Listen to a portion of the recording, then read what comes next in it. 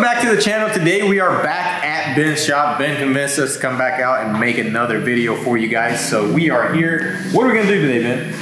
Well, today we are gonna be building the custom side skirt. I'm gonna make it probably like this low to the ground. I actually have my one that I built, but I wanna make it lower. And we're gonna put little rollers and we're gonna make it scrape on the ground. Ooh, I like that idea. Yep. Throw rooster tails. No, I'm just kidding. Today we are gonna be welding in the side skirt that I built. That's it right here, right? Yeah, it's that big one right there. It has a little bit of rust on it already. That's why we got that 415, man. See, that's, yep, it goes just like that right there. It's gonna cover the door, because the door's getting welded shut. We are gonna do, you just have to get in through the window. You see, that's how it goes. No, I'm just kidding. Looks good. It's upside down. Looks good. I want it to look like this. It's upside down.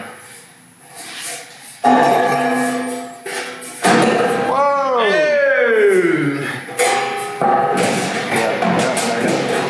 Yep. Just like that, mate. Just like that. Yeah, so we gotta build that. We gotta weld it to the bottom. No way my precision calculation was that proper. What? What? This thing's perfectly in there. Alright, that's good. We're ready to weld. Pretty much, and then we'll cap this off in the back.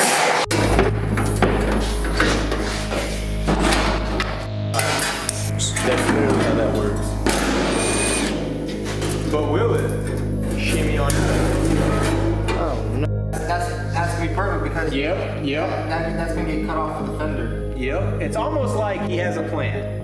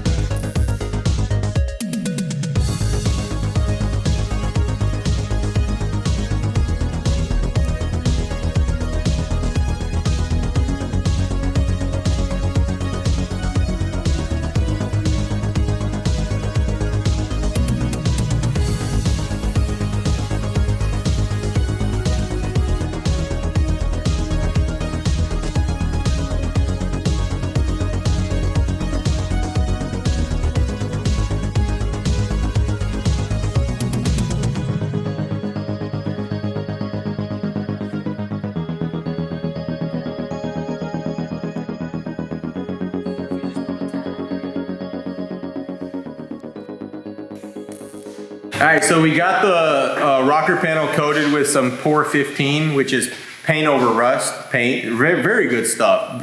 Just absolutely amazing stuff. And now we are ready to weld. So we've got a couple of little tacks here hanging it on there. And we've got it extended around the sides just a little bit so we can have some trim areas right there. Bam, bam, boom, boom. And now all we have to do is line everything up and drop a bead on it.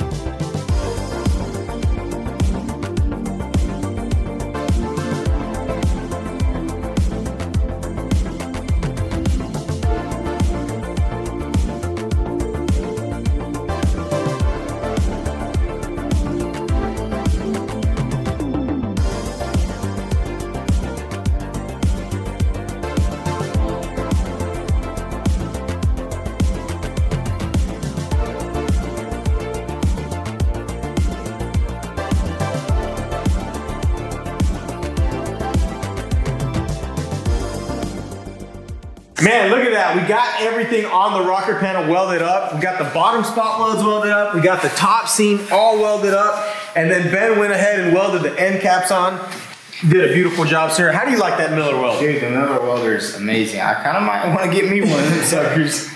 I'm telling you, man, Miller's the only way to go when you want to do very precise, nice, you know, welds. And it turned out amazing, man. The vision's coming together, I gotta say. Oh yeah, and we went ahead and coated everything on the inside so nothing's gonna rust in there. And I think what I'm gonna do is I'm gonna drill some holes at the bottom and then cavity wax everything. Yeah. And then we can just put some grommets on there. That's why you see, have you noticed on new cars they have grommets everywhere? That's because they cavity wax most cars just so nothing rusts inside it. But man, it looks amazing. Like you can put some monster truck tires under here now. I love it, man. And somebody commented on our video, they were like, that wheel well is really gonna, it's gonna withstand like a blowout, like a tire blowout. If a tire blows out in here, man, nothing's gonna happen.